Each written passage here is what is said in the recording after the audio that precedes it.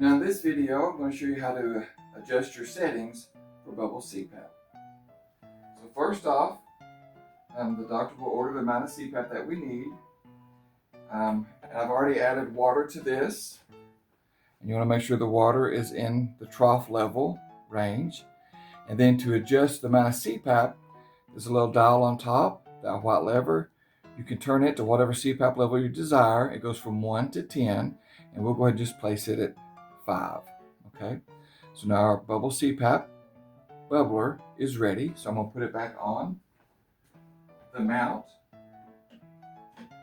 Put my expiratory limb back on it.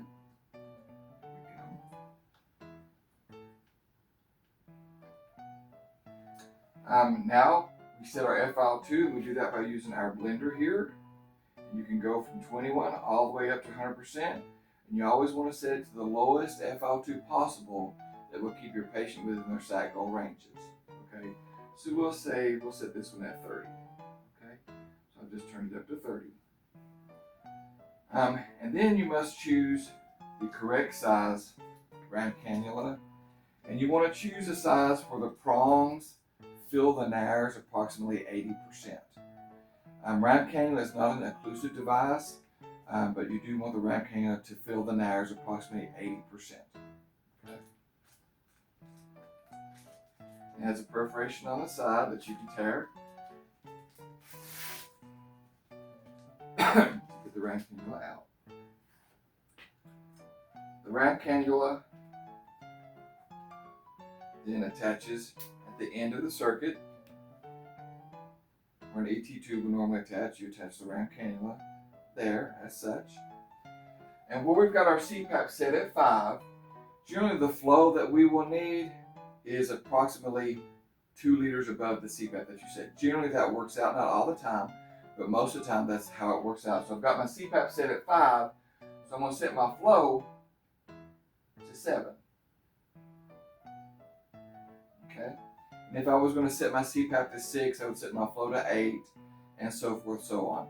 Generally, that's the way it works out the best. Okay. Now I'm ready. I'm going to turn my heater on just by pressing the on, and then I will puncture the bag with my water line so the heater fills with water.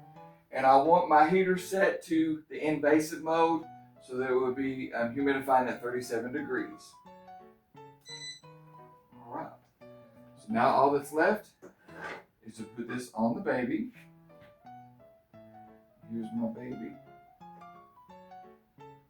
And then the prongs should, like I said, should fit approximately 80% of the nares. So the nares up 80%. You've got this little sleeve that you can slide up to kind of help tighten it. And generally under the ram, you'll have a dual derm underneath that ram there and a tegaderm over top of it to help keep it in place. Okay.